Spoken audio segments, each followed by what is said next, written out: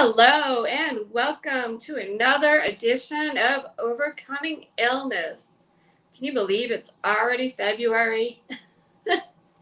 For those of you who don't know me, I'm Paula Denoncourt. I am a holistic health consultant, and this is Overcoming Illness. So, welcome to Overcoming Illness. Um, Welcome if you could be morning, afternoon, evening. Doesn't matter. Good morning, good afternoon, good evening. No matter where you are in the world. If you have not seen my show before, I usually interview people that have overcome an illness or are going through an illness. I do not have a guest tonight, so therefore, I decided to talk about something that not everybody talks about. So let me tell you a little bit about myself, and then I'll tell you about what we're going to talk about tonight. Like I said, I am a holistic health consultant.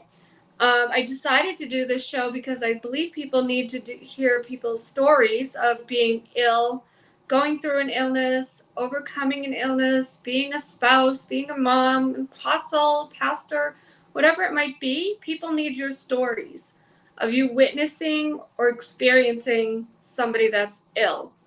So if you haven't seen any shows or any of my shows at all, please go back and watch the replays.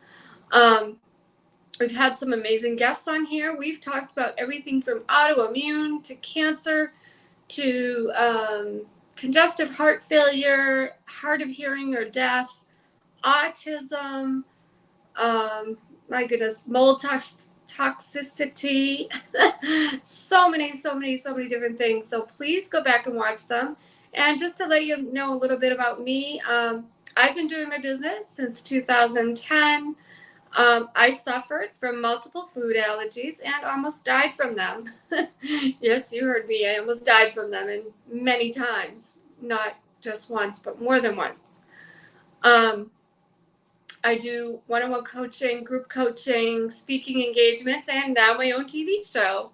So if you are struggling with what to eat, like say every time you eat you have a stomach ache or you have a lot of joint pain, then I can help you. I have recipes. I can do customized recipes. So I have recipes on my website. There are digital recipe books and ebooks that can help you kind of get on track. I am offering a special $97 special for Valentine's Day, President's Day special. For $97, you can get your health back on track. A lot of people ate like garbage over the winter, over the holidays, or you might have had the flu or a variant of COVID or something like that. And you just want to start feeling better again. This will get you on track. So you'll get a coaching call with me. You'll get a full week of recipes and just get you back on track so you start feeling better again. So it's $97 for a week. You get my full attention, my full support for a week. So don't sleep on it if you're feeling like garbage. And, here's the other thing. I had to weed through all the stuff on the internet. It's overwhelming. I see people in all these groups trying to help each other. And I get it. I've been there. But there's so much more to it, especially if you have gut problems. There's things like proper food combining.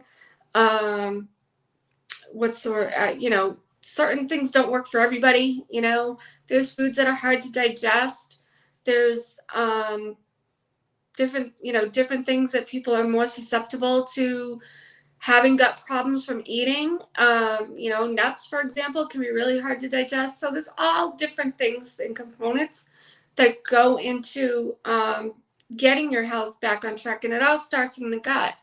So, I get it. You can try to weed through all the stuff on the internet if you want, but if you want to do it a simpler way and get some of the best advice that I can give you, I've had some of the best practitioners and help that you can even imagine. I went to New York. Alex Jameson from the movie Super Size Me was my health coach. So all this studying and learning and practitioners that have helped me can help you too through me. So with that, I do want to talk tonight about heart disease. And heart disease, well, first of all, like I said, February is Heart Health Awareness Month. So So let me just tell you, heart disease is the #1 killer. A lot of people would think it's cancer. It is not. It is the #1 killer. It's definitely the #1 killer of women, causing 1 in 3 deaths each year. It kills more women than all forms of cancer combined, yet only 44% of women recognize cardiovascular disease is their greatest health threat. So we all know, let me talk about some of the common symptoms first that I think a lot of us kind of know about. Not everybody, but a lot of us do. Some of the common symptoms of heart disease are going to be discomfort in your chest, sometimes arm pain, those types of things, nauseous, those types of things, dizziness, sweating. Those are more common symptoms. Today, I want to talk about some of the things that people don't talk about, things that can contribute to heart disease, as well as symptoms of it. So like I said, some of the regular symptoms are chest discomfort. All of a sudden your heart hurts. I've seen TV shows where they showed on Grey's Anatomy where Bailey kept taking Tums because she thought she had heartburn, and it was a symptom of a heart attack. These are things we ignore. Nauseous, indigestion, heartburn, like I just said, stomach pain even can be a symptom. Pain that goes down the arm can be a symptom. You feel dizzy or lightheaded, throat or jaw pain. You get exhausted easily. Believe it or not, snoring, sleep apnea, those types of things can contribute. Profusely sweating, swollen feet or ankles. I remember my grandmother had heart issues when she was older.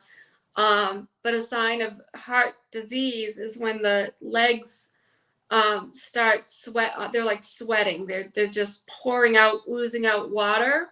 That's because the heart's not pumping correctly. So I remember my Nana had to wrap her legs with these bandages all the time, and it was just horrific, because the bandages stick and ugh. But that's what happens when you have a heart problem. It starts to show swelling, and then the water starts to ooze because your heart's not pumping correctly. And I do want to put out a full disclosure. Anything here is not medical advice meant to treat, cure, heal, or any illness. I am not a doctor. I'm not even a nutritionist or dietitian. I'm a health coach. So nothing here is meant to treat any illness, cure, heal, or anything like that. This is just educational purposes only. You may need to seek a doctor if you have any of these types of symptoms, okay? I just wanted to put that out there. Let's see. Another one that's a more uncommon symptom that people don't think about is a little bit of jaw pain or neck pain, or even in the upper back. That can be a symptom of a heart disease or a heart attack coming on. Shortness of breath. Sometimes people can't catch their breath, and that's a sign of a heart attack. Fainting. We talked about indigestion, extreme fatigue.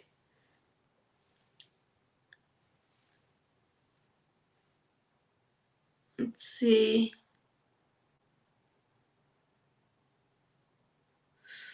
So some things that I remember, years ago, I remember my aunt's friend, she was complaining that her shoulder kept hurting for a few days.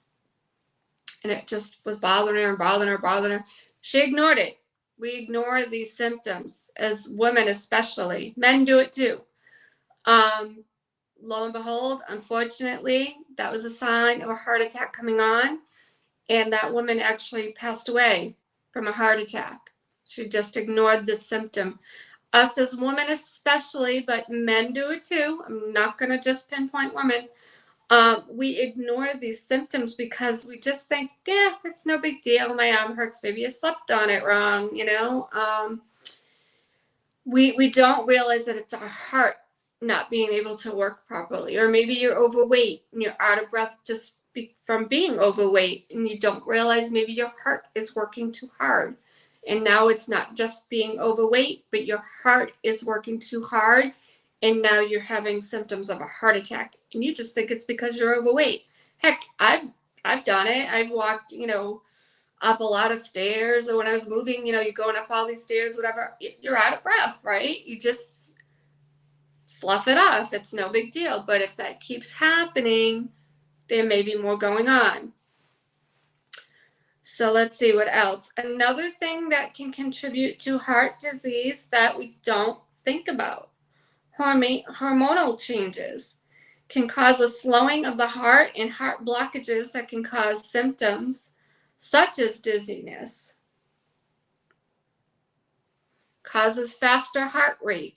Atrial fibrillation can also be brought on by high blood pressure, which is more common after menopause. So when you're going through menopause, that can be a sign of heart issues coming on. Birth control pills. Early types of birth control pills contained high levels of estrogen and progestin. Taking these pills increased the risk of heart disease and even stroke, especially in women older than 35 who smoked. Birth control pills today contain much lower doses of hormones and are considered safer for women younger than 35 who do not smoke or have high blood pressure. So just some things to think about. Look in those little pamphlets that you get with your birth control. Is heart disease a symptom of taking that? A side effect, I should say, not really a symptom, but it could be a side effect of taking those birth control pills. Just keep that in mind. It might be in there. If you smoke or have other risk factors, birth control pills will increase your risk of heart disease and even blood clots. I remember reading about blood clots in the pamphlets I used to get, especially if you are older than 35. According to the American Heart Association, women who take birth control pills should have a yearly checkup.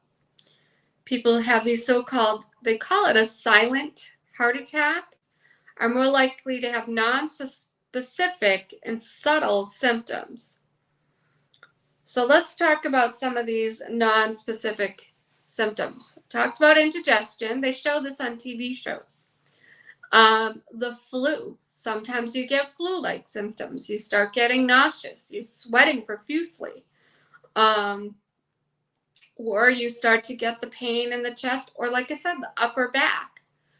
Now, sometimes, we do a lot of stuff around the house. You're carrying laundry around the house. Some people are carrying their kids, whatever it might be. You're moving stuff around, whatever. You might have think, maybe I just strained my back. Maybe I slept on it wrong. But you know what? That can be a symptom of a heart attack coming on. Another story I have way back when VHS was still available. We weren't using DVDs even yet. I remember we were over my mom's friend's house for Thanksgiving, I believe it was. And I remember seeing these VHS tapes underneath. And one of them was how to know if you're having a heart attack. Well, shortly after that, my mother's friend actually had a heart attack right around Christmas time. I believe she was already getting symptoms of a heart attack and was just trying to figure it out. Like, am I having heart symptoms? So she probably got the VHS tapes to see what's going on. Now we use the internet. We get on, WebMD and, all these different things to diagnose ourselves. But back then, she picked up a VHS tape, I believe. I don't know for sure. She didn't die from a heart attack, but she wound up having two heart attacks after Thanksgiving, if I'm not mistaken. She actually wound up dying from something else. It was an aneurysm in her stomach, of all things. But she was starting to get these symptoms and starting to look for answers. I think this is what happens. You start to get these symptoms and we ignore it. So that's why they call it a silent heart attack. Let's see. So we talked about the jaw, the upper back, the arms, excessive fatigue. So the reason you get a silent heart attack is when the flow of blood is blocked in the coronary arteries by a buildup of plaque. Studies differ, but some suggest that silent heart attacks are more common in women than men.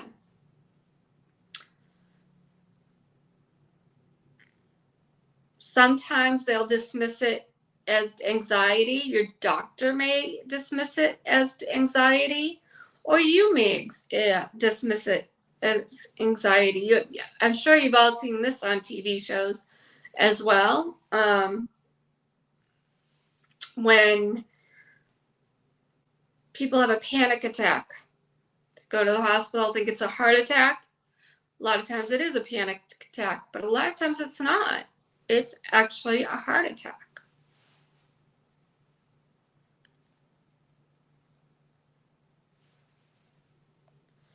So what are some of the contributing factors? I think a lot of us know these contributing factors, but we'll go over them. One is high blood pressure. And how can you control your blood pressure, your high blood pressure? Well, one of the things I think a lot of us do know a lot about, but can't hurt to mention it. One thing that contributes to high blood pressure is stress.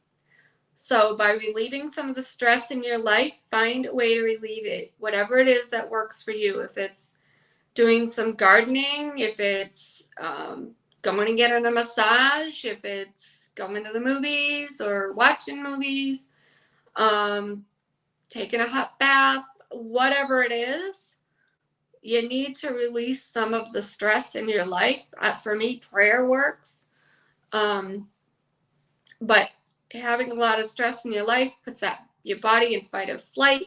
That makes your heart work all the harder. And that's where the high blood pressure comes in. You see, I used to see, this isn't funny, God rest his soul, he's not even with us anymore, but we used to laugh at this, and it's not really funny, but we used to laugh at one of these deputies that worked at the jail with us. Whenever he got mad, you could see his blood pressure rise. Like his whole face would get red, his ears would get red. It was kind of an ongoing joke. We'd see the blood pressure rise. But you know what? He's no longer with us. Probably had major heart issues for a long time. And he just never really did anything about it. I don't know for sure. I can't speak for him. He's not here. But I remember that. I remember his face getting really red and his ears getting really, when he got mad, something, I don't know, one of the officers did something stupid, whatever it was. He would just instantly get all red. And, it was a lot of pressure on him. He was a deputy, he had to make big decisions, highly, highly stressful job. Never probably really addressed those issues. I'm not positive if he died of a heart attack, but he's no longer with us, and he wasn't that old. I'm 55. I want to see maybe 5 years older than me. Not that old. Another thing I noticed when I worked at a prison. So for those of you who don't know me, I worked in a jail for 22 years. I was a dispatcher.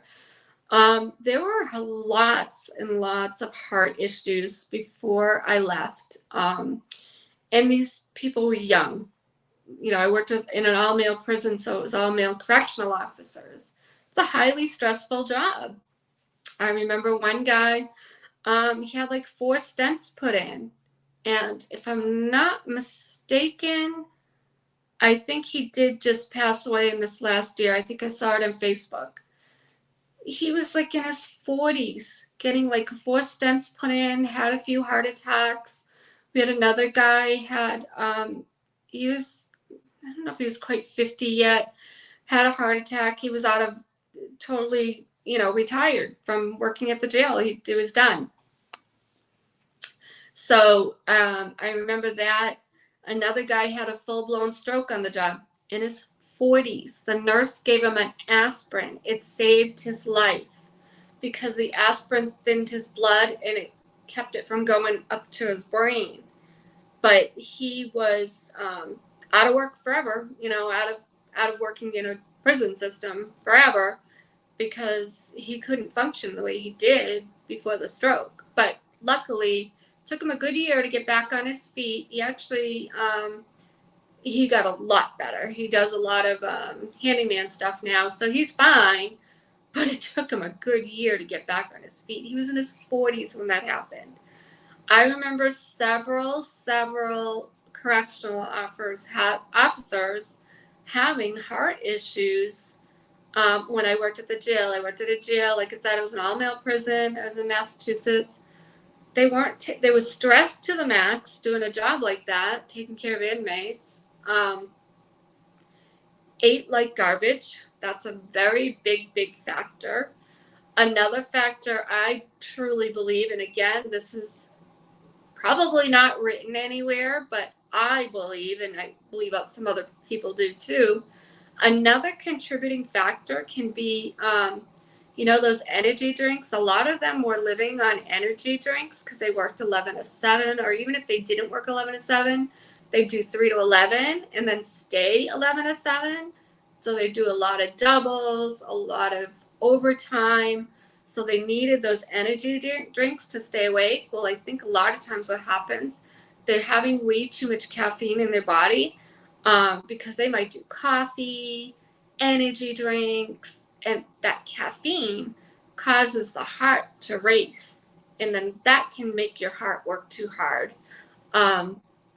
You keep hearing this, young kids dropping in sports games, whether it's a soccer field or whatever it is, basketball game. You're hearing these young kids just drop like out of nowhere.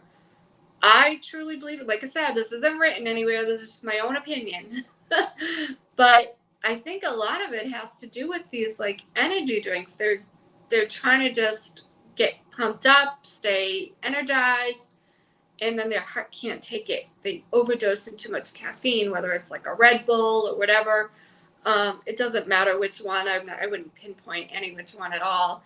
But they keep drinking that stuff, and it makes your heart go into overdrive. And now you're running and you're doing games and sports. Your heart can't take all that. It's just too much. So I believe it's a contributing factor.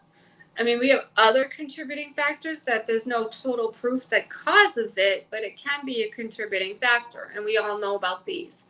The processed foods with high sugar, high fructose corn syrup, that can be a contributing factor. High fat, like too much fatty meats. It's a contributing factor. Nobody says it causes it, but it can be a contributing factor. It can be hereditary. Heart disease can be hereditary. Smoking, those types of things. We talked about obesity. Obesity is a factor in contributing to heart disease. Age are also a factor in contributing to heart disease. But more and more people are getting heart problems and heart issues. I believe it's a combination of so many things. Poor diet, and then there's not enough exercise, not enough movement. The heart needs to get pumping. And this is another thing that a lot of us are going through, and I'm guilty too. I work from home, so I have a full-time job, and it's really hard to get moving all the time. So I think a lot of us are very sedentary. We're not getting enough exercise. That can cause heart disease or contribute to it because your heart's not pumping enough. It's not getting enough movement. So the circulation isn't getting going in your body. And then that's where like some people start to get those swollen legs and everything because they're just sitting. They're not able to move. Let's see.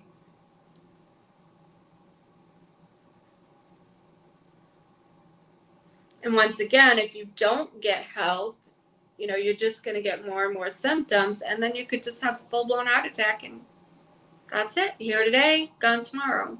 I remember my dad used to say that, here today, gone tomorrow. You never know. But here's another one that I don't think a lot of people talk about, and that was what I promised I was going to talk about on this show. Bacteria from your mouth, including periodontal disease, can get into your bloodstream and set off inflammation in the lining of your arteries, which can lead to fatty buildup.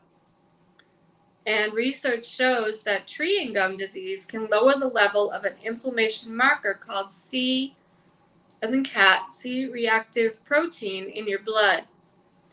Doctors use this measurement along with your cholesterol levels to predict cardiac events like a heart attack. So did you ever think that just not treating your teeth or your gum, having inflamed gums or periodontal disease would get into your bloodstream and affect your heart? What? I never thought about that. So it's just another thing that can contribute to heart disease. So let's talk about something else. How do your emotions relate to heart disease? Have you ever heard of the saying, she died of a broken heart, like the husband dies and then the wife dies like a month later, 2 weeks later? It's really true. A lot of times our heart is the emotion, whatever our emotions are is what happens to the heart. A lot of times we have heart issues because we have natural heart problems. So like, for instance, say you feel rejected all the time, you don't feel loved, and then all of a sudden you start having heart problems. It's an interesting concept. Again, these are just opinions. There's no scientific proof, but there's lots of studies on it. We'll just put it that way. Another one is biblical or spiritual connections to heart disease. If you don't forgive someone or forgive yourself for certain things in your life, that, believe it or not, can contribute to heart issues or heart disease. And that's big.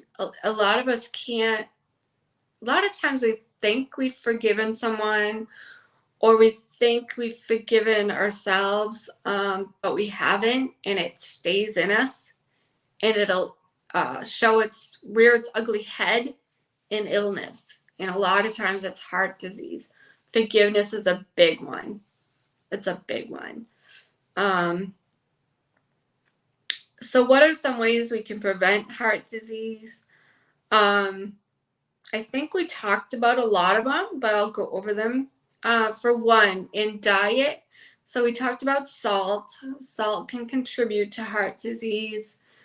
You can use like fresh herbs instead. I've got like arrow gardens back there growing some fresh basil, things like that, but you don't have to have an arrow garden. Use fresh herbs instead of salt and you'll be amazed.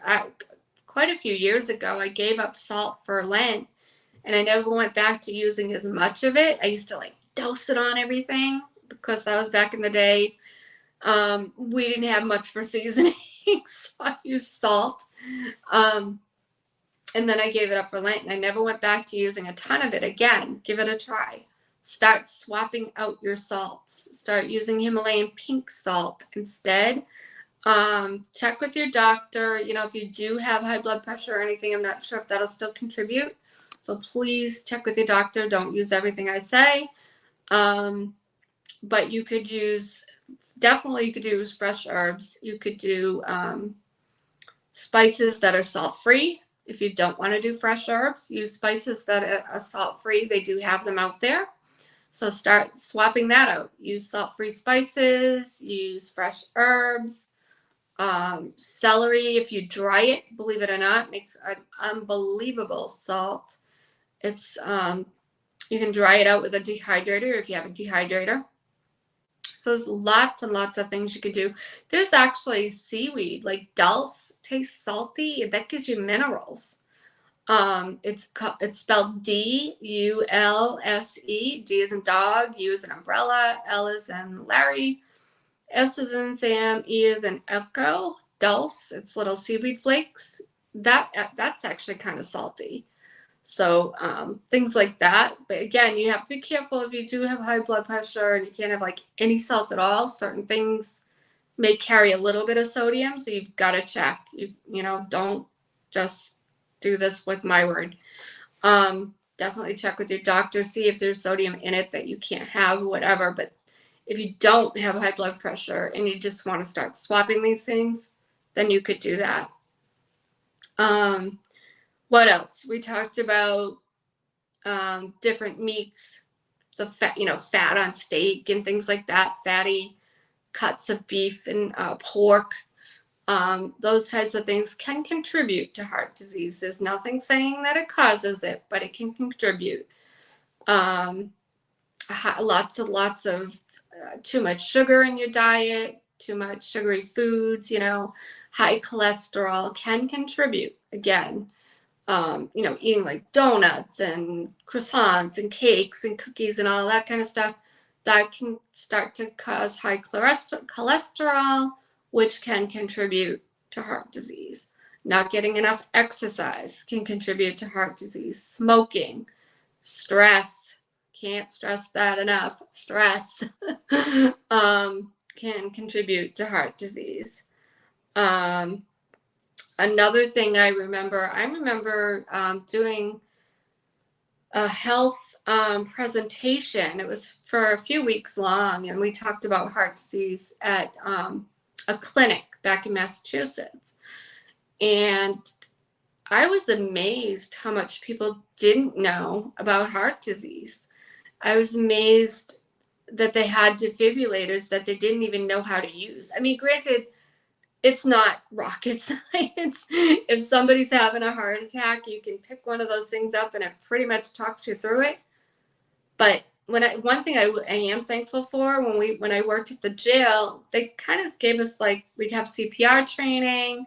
We had training on the defibrillators. Even if it's just a little bit of training, it's kind of good to just have your mind wrapped around how they work, because if somebody does go down, you're not sitting there like trying to figure out the machine. Even though it isn't rocket science, it tells you what to do.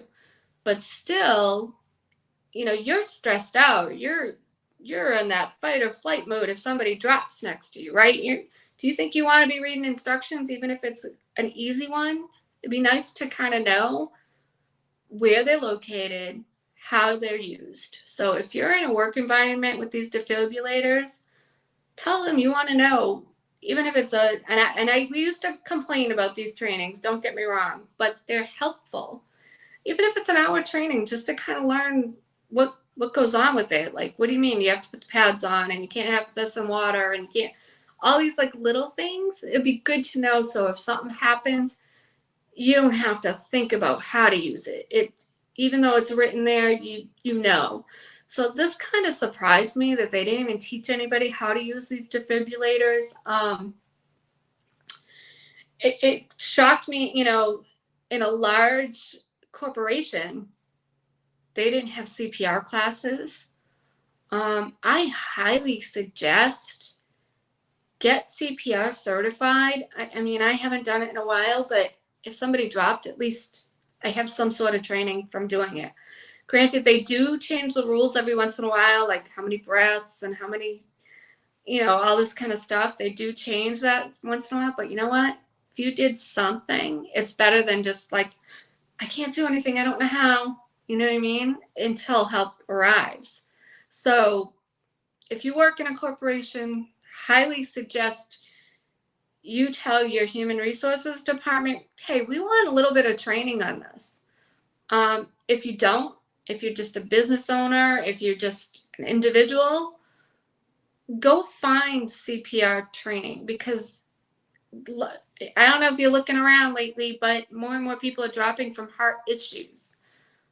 Be ready if it happens around you. If it's one of your children, if it's one of your kids, if it's your husband, your mom, your dad, I don't care who it is.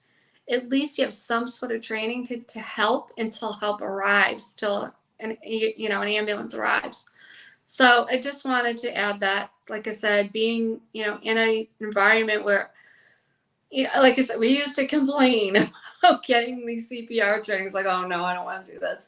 But I'm glad I got that training. We had first aid responder training too, every couple of years. I'm glad I got that training. So if you're in a corporate workspace, and it doesn't matter, you don't have to be, but if you see these defibrillators all around you, and you're like, how does that thing work? I mean, I know they're not rocket science. They do tell you, do this, but do you want to be thinking about that if somebody's dying? I don't. So it helps to kind of know what to do with the thing, even if it's a 10-minute training. I just can't stress that enough. So with that, that's pretty much all I have about heart disease. So not going to go the whole hour tonight. I just wanted to let you know we do have some more guests lined up. I'm excited about that. In the next couple of weeks, we're going to talk more about emotions and the spiritual factor of illness, which I'm so excited about, and the root cause and what's really contributing to your illness. And if you want to be on the show, please let me know. You can send me a Facebook message. You can send me an Instagram message, or you can text me. My phone number is on the website, enrichyourhealth.com, enrichurhealth.com. Make sure you get your free gifts there. I have a free Reversing Illness ebook. Please go and get that. 6-day immunity meal plan guide. Those are all free. Once again, I am doing a offer for 1 week in honor of Valentine's Day, President's Day, all of that. It's a special. So for 1 week, you get coaching with me for $97. You get recipes to get your health back on track. So if you're not feeling so great, you're tired, you're bloated, you're just like, I can't lose this weight from the holidays, or you have a lot of joint pain, these are some things I can help you with. So reach out to me and we'll get you on track, and we'll get you signed up for that so you start feeling better.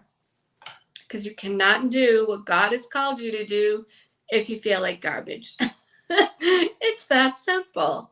All right, so with that, one other thing, I do offer business funding. So if you're a business out there, you've been in business at least 4 to 6 months, and you're making at least $3,000 a month or more for the last 3 months, and you have consistent deposits. We do have some other business resources, but that's the biggest one. Reach out to me for that.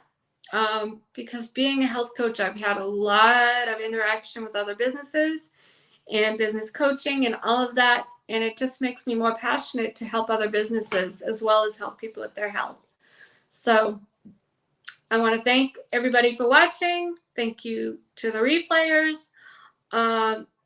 And share this message, please. It's very, very important right now more than ever. Once again, February is Heart Health Awareness Month. You never know when somebody's having heart disease symptoms. I mean, I'm going to leave you with one last story, which is kind of silly, but not that silly when you think about it. We had a dog, and all of a sudden, this dog was like, it was a cockapoodle, and he was hyper and always running, always jumping. He was playing ball until he was 11. All of a sudden, one day, this dog was like panting, couldn't sit still. And then the next thing we know, he just dropped. That was it. No more doggy. But here's the fun. Oh, and he was nauseous too. Here's the funny thing. Even in your pets, that dog was having heart issues. Here I was. I took all these classes at work and everything. Didn't even realize that even in my pet, that dog was having a heart attack. So even in your pets, they have similar symptoms. They get nauseous. They start panting like crazy. They're uncomfortable. So even in your pets, they have the same type of symptoms. It's their heart. So I'm going to leave you on that note. So anyway, please reach out to me. If you are struggling with anything in your health and you don't want to put it in the comments here from the show, reach out to me and we'll set up a time to talk and see how I can help you. All right, everybody, we will see you next Sunday. Have a good night and a good week.